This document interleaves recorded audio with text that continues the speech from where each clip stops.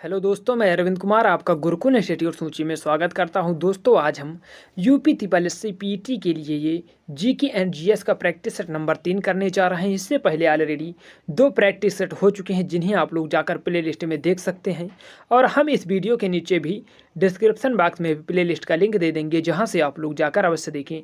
दोस्तों, इसमें आपको जीके एंड जीएस से top most 50 MCQ question discussion कराएंगे, जो अभी तक सबसे ज़्यादा यूपी ट्रिपल एस सी के अदर एग्ज़ाम में पूछे गए हैं। और अब यूपी ट्रिपल एस सी में भी वहाँ से क्वेश्चन बनने की संभावना, इसमें हमने सभी सब्जेक्टों को समाहित किया है और सभी सब्जेक्ट से इसमें क्वेश्चन रखे गए हैं। तो आप लोग पूरी शिद्दत के साथ और ईमानदारी पूर्वक पूरी क्लास को देखिएगा और अंत में ये अवश्य बताइएगा कि आज आपके 50 क्वेश्चन में से कितने क्वेश्चन सही हुए हैं। तो दोस्तों, क्लास को शुरू करने से पहले अगर अभी तक आपने क्लास को लाइक नहीं किया तो सबसे पहले आप लोग क्लास को लाइक कीजिए और शेयर कीजिए और चैनल को सब्सक्राइब कर बेल बटन अवश्य दबाएं, जिससे हमारी आने वाली सभी वीडियो के नोटिफिकेशन आपको नियमित रूप से मिल सके। तो दोस्तों, चलते हैं, आज का ये टेस्ट स्टार्ट करते हैं।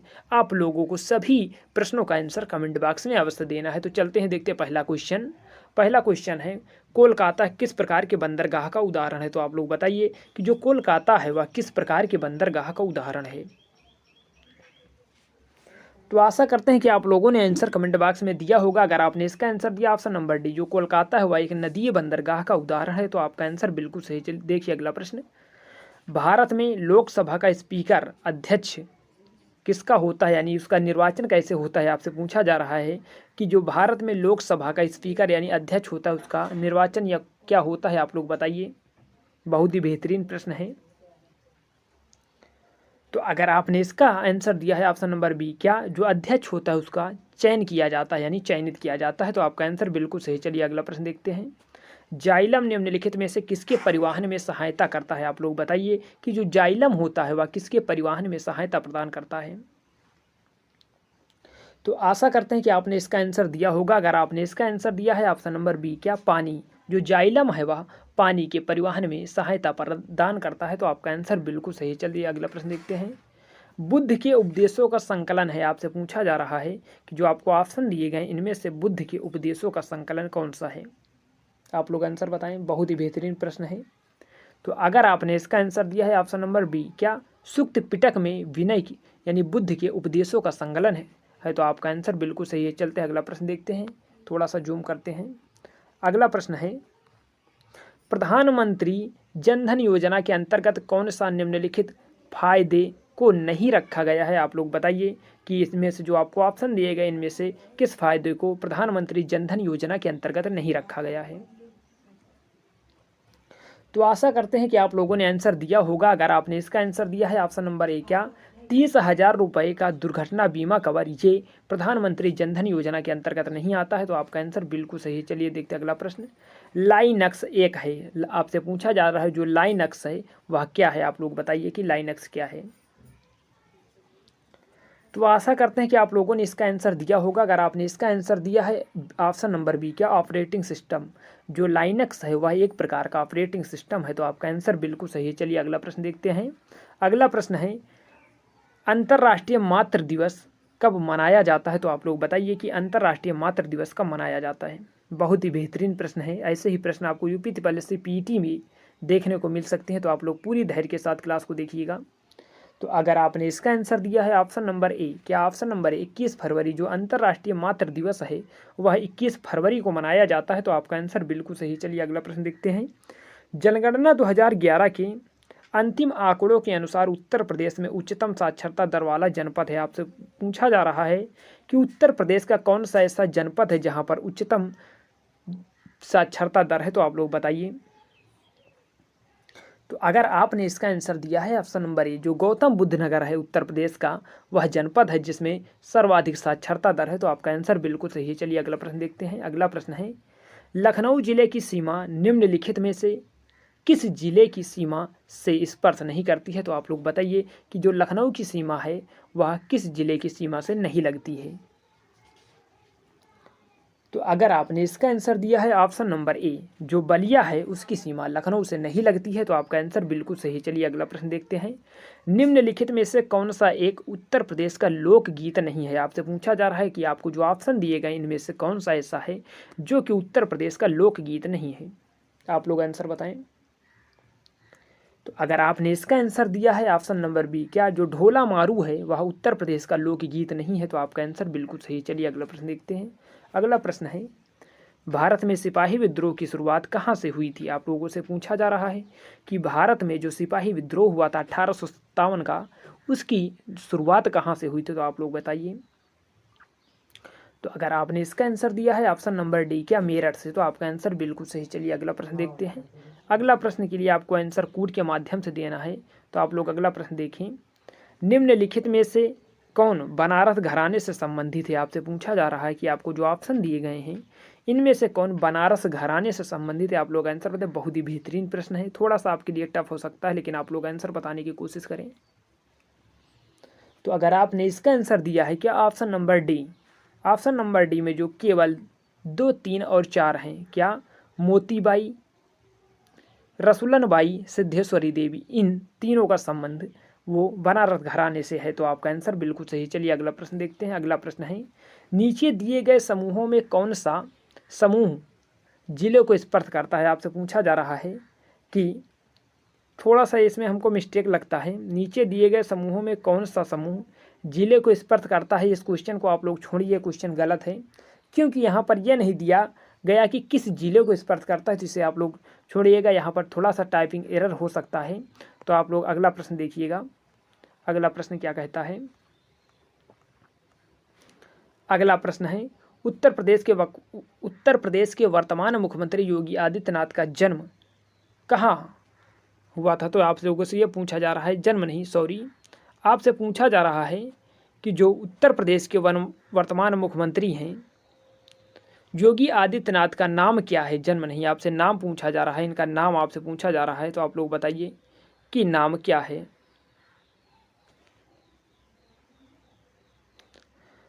तो अगर आपने इसका आंसर दिया है ऑप्शन नंबर जो इसका ए है, क्या Ajay Bisht, option number A Ajay Bisht, या जो योगी आदित्यनाथ है इनका जो नाम है वह है अजय बिष्ट, तो आपका आंसर बिल्कुल सही है। अब चलते हैं अगला प्रश्न देखते हैं। अगला प्रश्न है, यूनेस्को का मुख्यालय कहाँ है? आपसे पूछा जा रहा है कि जो यूनेस्को है, यूनाइटेड नेशन एजुकेशनल, साइंटिफिक और कल्चरल ऑर्गेनाइजेशन, इसका मुख्यालय आपसे पूछा जा रहा है कि जो यूनेस्को है उसका मुख्यालय कहाँ पर है? आप लोग आंसर बताएं। तो अगर आप इसका आंसर दे रहे हैं ऑप्शन नंबर ए, क्या जो यूनेस्को है उसका मुख्यालय पेरिस में है, तो आपका आंसर बिल्कुल सही है। चलिए अगला प्रश्न देखते हैं। थोड़ा सा बगल में कट रहा होगा, थोड़ा सा आप लोग इसके लिए आज माफ़ी चाहते हैं कि थोड़ा सा सेटिंग करने में प्रॉब्लम हो गई है। अगला प्रश्न पढ़िएगा आप लोग। 1 अक्टूबर 2019 को प्रकाशित रिपोर्ट के अनुसार कौन सा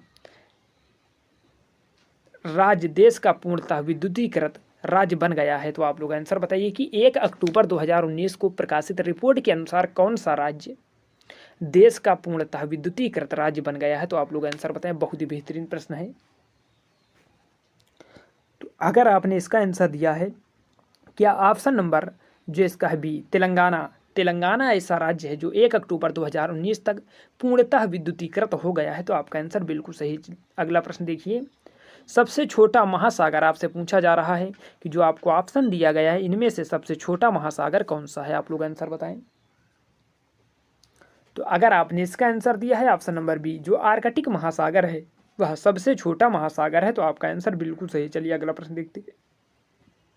अगला प्रश्न है, अनुसूचित जनजाति के लिए राष्ट्रीय आयोग गठित करने का प्रावधान संविधान के कुछ अनुच्छेद में है? तो आप लोग बताइए कि जो अनुसूचित जनजाति के लिए राष्ट्रीय आयोग गठित करने का प्रावधान संविधान के किस अनुच्छेद में है? तो आप लोग बताइए। बहुत ही बेहतरीन प्रश्न है ये संविधान का।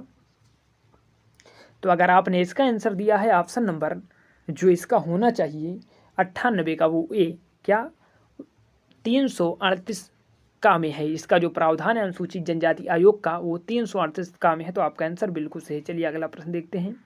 पर्यावरणीय समस्याओं के कारण किस कीटनाशक का प्रयोग कम किया जाने लगा है? आप लोग बताइए कि पर्यावरणीय समस्याओं के कारण किस कीटनाशक का प्रयोग कम किया जाने लगा है? तो आप लोग आंसर बताइए।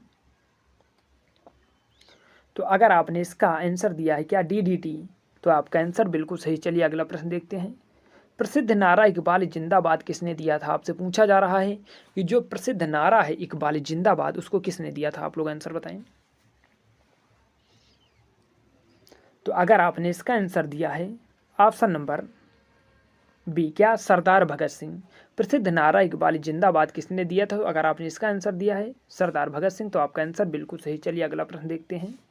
अगला प्रश्न है प्रधानमंत्री सुरक्षा बीमा योजना के बारे में कौन सा कथन सही नहीं है? आपसे पूछा जा रहा है, आप लोग नहीं को इंडिकेट कीजिएगा क्या कि प्रधानमंत्री सुरक्षा बीमा योजना के बारे में कौन सा कथन सही नहीं है। तो आप लोग आंसर बताइए, इसको पढ़ लीजिए बिल्कुल बारीकी से, फिर आप आंसर बताइएगा। तो आशा करते हैं कि आप लोगों ने पढ़ लिया होगा। अगर आपने इसका आंसर दिया है ऑप्शन नंबर बी, क्या यहाँ पर है, यहाँ 330 रुपये के प्रीमियम से 2 लाख रुपए तक का कवर प्रदान करती है, तो ये जो आपका आंसर बिल्कुल सही है, यानी ये नहीं होना चाहिए। चलते हैं अगला प्रश्न देखते हैं। प्रोसेसर के 3 मुख्य भाग हैं। आपसे पूछा जा रहा है कि जो आपको ऑप्शन दिए गए इनमें से प्रोसेसर के 3 मुख्य भाग कौन से हैं? आप लोग आंसर बताएं। तो अगर आपने इसका आंसर दिया है ऑप्शन नंबर ए, क्या ALU कंट्रोल यूनिट और रजिस्टर, क्या ALU कंट्रोल यूनिट और जो रजिस्टर है वो प्रोसेसर के 3 भाग है, तो आपका आंसर बिल्कुल सही। चलिए अगला प्रश्न देखते हैं। अगला प्रश्न आपको कोड के माध्यम से आंसर देना है। सूची 1 को सूची 2 से सम्मिलित करके आपको कोड का माध्यम से आंसर देना है। फिरोजाबाद, कानपुर, नजीबाबाद और सहारनपुर, इसको आप लोग मिलाइए, फिर आप लोग ये कोड आपको नीचे दिया गया इसके माध्यम से आपको आंसर देना है। तो आशा करते हैं कि आप लोगों ने मिला लिया होगा। अगर आपने इसका आंसर दिया ऑप्शन नंबर सी, क्या 2143, जो फिरोजाबाद है वह कांच की चूड़ियों के लिए प्रसिद्ध है, और जो कानपुर है वह चमड़े के सामान के लिए, और जो उसके बाद नजीबाबाद है वह प्लाईवुड के लिए, और जो सहारनपुर है वह कागज़ और लुदगी के लिए प्रसिद्ध है। तो आपका आंसर बिल्कुल सही। चलिए अगला प्रश्न देखते हैं। और अगला प्रश्न क्या है आपके लिए, उत्तर प्रदेश में सीमांत कृषक किसे कहा जाता है? आपसे पूछा गया है कि उत्तर प्रदेश में जो सीमांत कृषक है वह किसे कहा गया है या किसे कहा जाता है? तो आप लोग आंसर बताइए।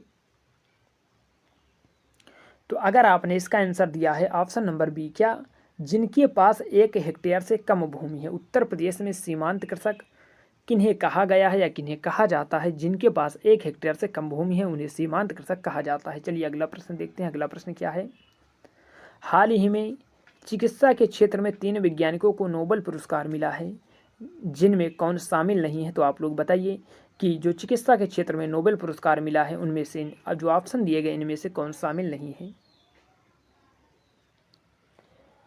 तो आशा करते हैं कि आप लोगों ने आंसर इसका दे दिया होगा। अगर आपने इसका आंसर दिया है क्या पीटर एलेक्स, जो पीटर एलेक्स हैं वह शामिल नहीं है, तो आपका आंसर बिल्कुल सही है। चलिए अगला प्रश्न देखते हैं। दक्षिण पूर्व एशिया में ग्रीष्मकालीन मानसून के दौरान क्या होता है? अब आप लोग बताइए। ऑप्शन में आपको दिया गया है क्या कि दक्षिण पूर्व एशिया में ग्रीष्मकालीन मानसून के दौरान क्या होता है, आपको बताना है। आप लोग बताइए आंसर ऑप्शन पढ़कर। तो अगर आपने इसका आंसर दिया है ऑप्शन नंबर सी, क्या हवाएं हिंद महासागर से एशिया महाद्वीप की ओर प्रभावित होती हैं, तो आपका आंसर बिल्कुल सही। चलिए अगला प्रश्न देखते हैं। अगला प्रश्न है, भारत के संविधान के अनुच्छेद 70 के अंतर्गत राष्ट्रपति एवं उपराष्ट्रपति की अनुपस्थिति में कौन राष्ट्रपति होगा? अब आप लोग बताइए कि जब राष्ट्रपति और उपराष्ट्रपति दोनों ही अनुपस्थित हों तो उस समय राष्ट्रपति कौन बनेगा? आप लोग आंसर बताइए। अगर आपने इसका आंसर दिया है ऑप्शन नंबर डी, क्या भारत के मुख्य न्यायाधीश, जब राष्ट्रपति और उपराष्ट्रपति दोनों ही अनुपस्थित होते हैं तो उस समय जो भारत के मुख्य न्यायाधीश होते हैं वही राष्ट्रपति का पद संभालते हैं। चलिए अगला प्रश्न देखते हैं। जैन धर्म में शिक्षा का अंतिम लक्ष्य क्या है? आपसे पूछा जा रहा है कि जैन धर्म के अनुसार शिक्षा का अंतिम लक्ष्य क्या है? आप लोग आंसर बताइए। तो अगर आपने इसका आंसर दिया है ऑप्शन नंबर सी, क्या मानव कल्याण के स्वैच्छिक, जो जैन धर्म में शिक्षा का अंतिम लक्ष्य क्या होना चाहिए? मानव कल्याण के स्वैच्छिक, तो आपका आंसर बिल्कुल सही है। चलिए अगला प्रश्न देखते हैं। अगला प्रश्न क्या है, अगला प्रश्न है कौन सा देश सार्क का सदस्य नहीं है? आपको जो ऑप्शन दिए गए आपसे पूछा जा रहा है कि इनमें से कौन सा ऐसा देश है जो सार्क का सदस्य नहीं है? आप लोग आंसर बताइए। तो अगर आपने इसका आंसर दिया है क्या माले, जो मालदीप है वह सार्क का सदस्य नहीं है, तो आपका आंसर बिल्कुल सही है। चलिए अगला प्रश्न देखते हैं। CNN से तात्पर्य आपसे पूछा जा रहा है कि जो CNN है से तात्पर्य है, किसका तात्पर्य है, आप आंसर बताइए। तो अगर आपने इसका आंसर दिया है ऑप्शन नंबर ए क्या, केबल न्यूज नेटवर्क, जो CNN है उसका तात्पर्य है केबल न्यूज नेटवर्क से, तो आपका आंसर बिल्कुल सही है। चलिए अगला प्रश्न देखते हैं। निम्नलिखित में से कौन सा उत्तर प्रदेश का लोक नृत्य है, आपसे पूछा जा रहा है कि जो आपको ऑप्शन दिया गया है इनमें से कौन सा उत्तर प्रदेश का लोक नृत्य है, तो आप लोग आंसर बताइए। तो आशा करते हैं कि आप लोगों ने इसका आंसर दिया होगा। यहाँ पर सॉरी है नहीं, यहाँ पर थोड़ा सा कट रहा है, मेरे समझ से होना चाहिए नहीं है। अगर आपने इसका आंसर नहीं है तो इसका जो होगा वो होगा मुरिया। क्या, जो मुरिया है यहाँ पर थोड़ा सा कट रहा है, वहाँ पर नहीं होना चाहिए, तो यहाँ पर जो आंसर होगा वो इसका मुरिया होगा। चलते हैं अगला प्रश्न देखते हैं। अगला प्रश्न है, ग्लोबल हंगर इंडेक्स 2019 में भारत का कौन सा स्थान है, आपसे पूछा जा रहा है कि जो ग्लोबल हंगर इंडेक्स 2019 का उसमें भारत का कौन सा स्थान है, तो आप लोग आंसर बताइए। तो अगर आपने इसका आंसर दिया है ऑप्शन नंबर बी क्या 102, जो ग्लोबल हंगर इंडेक्स 2019 का उसमें भारत का स्थान 102 है, तो आपका आंसर बिल्कुल सही है। चलिए अगला प्रश्न देखते हैं। आपको सुमेलित करना है सूची 1 को सूची 2 से। यहाँ पर आपको सूची 1 में लव एस क्षेत्र दिए गए हैं और सूची 2 में राज्य दिए गए हैं, तो आप लोग इसे सुमेलित करके आंसर बताइए कि बादाम पहाड़, डल्ली राजहारा, कुंद्रेमुख और नुआ मुंडी ये सभी कहाँ हैं, तो आप लोग आंसर बताइए। तो आशा करते हैं कि आप लोगों ने सुमेलित कर लिया होगा। अगर आपने सुमेलित कर लिया है और इसका आंसर दे रहे हो ऑप्शन नंबर सी क्या 2 3 4 1, जो बादाम पहाड़ है वह कहाँ पर है, उड़ीसा में, डल्ली राजहारा छत्तीसगढ़ में, कुंद्रेमुख कर्नाटक में और जो नोवा मुंडी है वह झारखंड में है, तो आपका आंसर बिल्कुल सही है। चलिए अगला प्रश्न देखते हैं। संविधान का 52वां संविधान संशोधन संबंधित है, आपसे पूछा जा रहा है कि जो संविधान में 52वां संविधान संशोधन हुआ था वह किससे संबंधित है, तो आप लोग आंसर बताएं। तो आशा करते हैं कि आप लोगों ने अगर इसका आंसर दिया है ऑप्शन नंबर ए क्या दल बदल से, जो 10वीं अनुसूची में दल बदल मेंशन है उसी से संबंधित है संविधान का 52वां संविधान संशोधन, जो कि 1985 में हुआ था, तो आपका आंसर बिल्कुल सही है। चलिए अगला प्रश्न देखते हैं। अगला प्रश्न है, प्रथम विश्व युद्ध हुआ था, कब हुआ था, तो आप लोग बताइए कि जो प्रथम विश्व युद्ध है वह कब से कब तक हुआ था। तो अगर आपने इसका आंसर दिया है ऑप्शन नंबर ए क्या वर्ष 1914 से 1918 तक जो प्रथम विश्व युद्ध है वह हुआ था, तो आपका आंसर बिल्कुल सही। चलिए अगला प्रश्न देखते हैं। अर्थशास्त्र के लिए प्रथम नोबेल पुरस्कार किस वर्ष में प्रदान किया गया था, तो आपसे पूछा जा रहा है कि जो इकोनॉमी के क्षेत्र में सर्वप्रथम नोबेल पुरस्कार किस वर्ष में प्रदान किया गया था, तो आप लोग आंसर बताइए। तो अगर आपने इसका आंसर दिया है ऑप्शन नंबर डी क्या 1969 में जो अर्थशास्त्र के लिए प्रथम नोबेल पुरस्कार प्रदान किया गया था, तो आपका आंसर बिल्कुल सही। चलिए अगला प्रश्न देखते हैं। फोल्डर के भीतर फोल्डर को कहते हैं, आपसे पूछा जा रहा है अगर कोई फोल्डर है और उसके अंदर भी एक फोल्डर है तो उसे क्या कहा जाता है, आप लोग आंसर बताइए। तो अगर आपने इसका आंसर दिया है क्या ऑप्शन नंबर डी, अगर फोल्डर के अंदर और कोई भी फोल्डर है तो उसे हम सब फोल्डर बोलते हैं। तो चलते हैं अगला प्रश्न, अब देखते हैं अगला प्रश्न क्या है। अगला प्रश्न है, हाल ही में पुस्तक सरस्वती सिविलाइजेशन विमोचित हुई, जिसके लेखक है, आपसे पूछा जा रहा है कि सरस्वती सिविलाइजेशन के लेखक कौन है, आप लोग आंसर बताइए।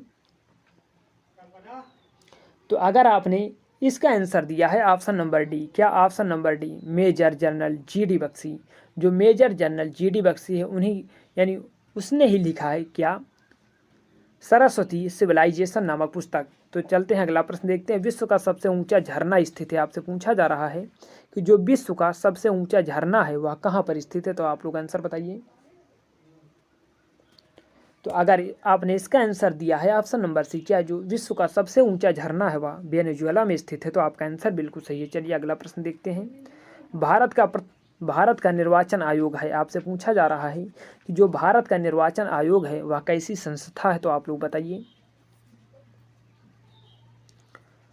तो आशा करते हैं कि आप लोगों ने आंसर दिया होगा। अगर आपने इसका आंसर दिया है कि ऑप्शन नंबर डी संवैधानिक संस्था है, जो भारत का निर्वाचन आयोग है वह एक प्रकार की संवैधानिक संस्था है, तो आपका आंसर बिल्कुल सही है। चलिए अगला प्रश्न देखते हैं। भारत में प्रथम रेलवे लाइन किस गवर्नर जनरल के काल में बिछाई गई, आपसे पूछा जा रहा है कि भारत में जो प्रथम रेलवे लाइन है किस गवर्नर जनरल के काल में बिछाई गई थी, तो आप लोग आंसर बताएं। तो अगर आपने इसका आंसर दिया है कि option number B, lord Dalhousie के काल में भारत में प्रथम रेलवे लाइन बिछाई गई थी, तो आपका आंसर बिल्कुल सही है। चलिए अगला प्रश्न देखते हैं। निम्नलिखित में से कौन भारतीय अर्थव्यवस्था के प्राथमिक क्षेत्र के अंतर्गत आता है? आपसे पूछा जा रहा है कि निम्न में से कौन भारतीय अर्थव्यवस्था के प्राथमिक क्षेत्र के अंतर्गत आता है, तो आप लोग बताइए।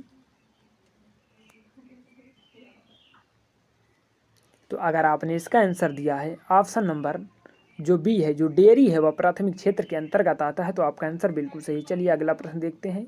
निम्नलिखित में से कौन गणितीय क्रियाएं कहलाता करता है? आपसे पूछा जा रहा है कि आपको जो ऑप्शन दिए गए हैं इनमें से कौन गणितीय क्रियाएं करता है, तो आप लोग आंसर बताइए। तो आशा करते हैं कि आप लोगों ने आंसर दिया होगा। अगर आपने इसका आंसर दिया है ऑप्शन नंबर बी, क्या ALU, जो ALU है वह गणितीय क्रियाएं करता है, तो आपका आंसर बिल्कुल सही है। चलिए अगला प्रश्न देखते हैं। इसरो द्वारा की गई घोषणा के अनुसार किस वर्ष तक भारत अंतरिक्ष में अपना स्पेस स्टेशन स्थापित करेगा? तो आप लोग आंसर बताइए कि इसरो द्वारा की गई घोषणा के अनुसार किस वर्ष तक भारत अंतरिक्ष में अपना स्पेस स्टेशन स्थापित करेगा? आप लोग आंसर बताइए। बहुत ही लाजवाब प्रश्न है ये, और पेपर में 100% आने की संभावना है इसकी। तो आप लोग अगर इसका आंसर दे रहे हैं ऑप्शन नंबर ए, क्या ऑप्शन नंबर ए 2030 तक जो भारत है वह अंतरिक्ष में अपना स्पेस स्टेशन स्थापित करेगा, तो आपका आंसर बिल्कुल सही। चलिए अगला प्रश्न देखते हैं। पृथ्वी की सतह से ओजोन परत की आपको ऊंचाई पूछी जा रही है कि पृथ्वी की सतह से ओजोन परत की ऊंचाई कितनी है? आप लोग बताइए। तो आशा करते हैं कि आप लोगों ने अगर इसका आंसर दिया है ऑप्शन नंबर ए, क्या 15 से 20 किलोमीटर की ऊंचाई पर ओजोन परत है, तो आपके आंसर बिल्कुल सही। चलिए अगला प्रश्न देखते हैं। अगला प्रश्न है, संविधान के अंतर्गत पंचायतों में महिलाओं के 1/3 प्रतिनिधित्व की गारंटी कौन सा अनुच्छेद देता है? तो आप लोग आंसर, बहुत ही लाजवाब प्रश्न है, थोड़ा सा आपके लिए टफ हो सकता है। आप लोग आंसर बताइए इसका। तो अगर आपने इसका आंसर दिया है कि अनुच्छेद 243 घ, जो अनुच्छेद 243 घ है उसी के द्वारा जो ग्राम पंचायतों में महिलाओं को 1/3 प्रतिनिधित्व की गारंटी दिया गया है। चलिए अगला प्रश्न देखते हैं। मौर्य वंश का अंतिम राजा था, आपसे पूछा जा रहा है कि जो मौर्य वंश का अंतिम शासक या अंतिम राजा कौन सा था? आप लोग आंसर बताइए। तो अगर आपने इसका आंसर दिया है ऑप्शन नंबर ए, जो वैद्यरथ है वह मौर्य वंश का अंतिम राजा था, तो आपका आंसर बिल्कुल सही। चलिए अगला प्रश्न देखते हैं। अगला प्रश्न है, किस पुरुष खिलाड़ी ने हाल ही में US ओपन 2019 का खिताब जीता? आपसे पूछा जा रहा है कि US ओपन 2019 का खिताब किसने जीता? तो आप लोग आंसर बताइए। तो अगर आपने इसका आंसर दिया है ऑप्शन नंबर सी, क्या option number C Rafael Nadal, जो राफेल नडाल है उन्होंने ही US ओपन 2019 का खिताब जीता है, तो आपका आंसर बिल्कुल सही। चलिए देखते हैं अंतिम अगला प्रश्न। अगला प्रश्न क्या है? अगला प्रश्न है, डेटम रेखा क्या है? आपसे पूछा जा रहा है कि एक डेटम रेखा होती है, वह डेटम रेखा क्या है? तो आप लोग आंसर बताइए। तो अगर आपने इसका आंसर दिया है ऑप्शन नंबर ए, क्या समुद्र तल की क्षैतिज रेखा जिससे ऊंचाई और गहराई मापी जाती है उसे डेटम रेखा कहा जाता है? क्या, फिर से आप इसे पढ़िएगा। समुद्र तल की क्षैतिज रेखा जिससे ऊंचाई और गहराई मापी जाती है उसे डेटम रेखा कहा जाता है, तो आपका आंसर बिल्कुल सही है। चलिए अगला प्रश्न देखते हैं। अगला प्रश्न है, आज का अंतिम प्रश्न है ये।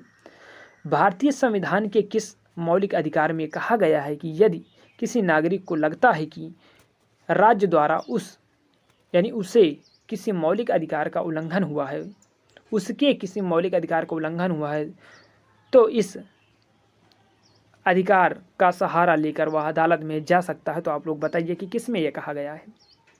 बहुत ही लाजवाब प्रश्न है और बिल्कुल आसान प्रश्न है, लेकिन आपको ये इसका जो पूछने का तरीका है वो थोड़ा सा टफ लग सकता है। तो अगर आपने इसका आंसर दिया है क्या ऑप्शन नंबर बी, जो अनुच्छेद 32 है संवैधानिक उपचारों का अधिकार, उसी में ये कहा गया है। तो दोस्तों, आज की क्लास कैसी लगी कमेंट बॉक्स में लिखकर बताना ना भूलें। अगर क्लास अच्छी लगी हो तो आप लोग क्लास को ज़्यादा से ज़्यादा लाइक और शेयर कीजिए और चैनल को सब्सक्राइब कर बेल बटन दबाना ना भूलें, जिससे हमारी आने वाली सभी वीडियो के नोटिफिकेशन आपको नियमित रूप से मिलते रहें। और जी हाँ दोस्तों, अगर आपको इसका PDF चाहिए तो आपको गुरुकुल इंस्टीट्यूट सूची टेलीग्राम चैनल ज्वाइन करना होगा, जहाँ पर हम क्लासों की PDF डेली वे में प्रोवाइड करा रहे हैं, तो आप वहाँ से इसका PDF ले सकते हैं। तो धन्यवाद। कमेंट बॉक्स में लिख कर बताना ना भूलें कि आज की क्लास कैसी लगी। मिलते हैं नेक्स्ट क्लास में।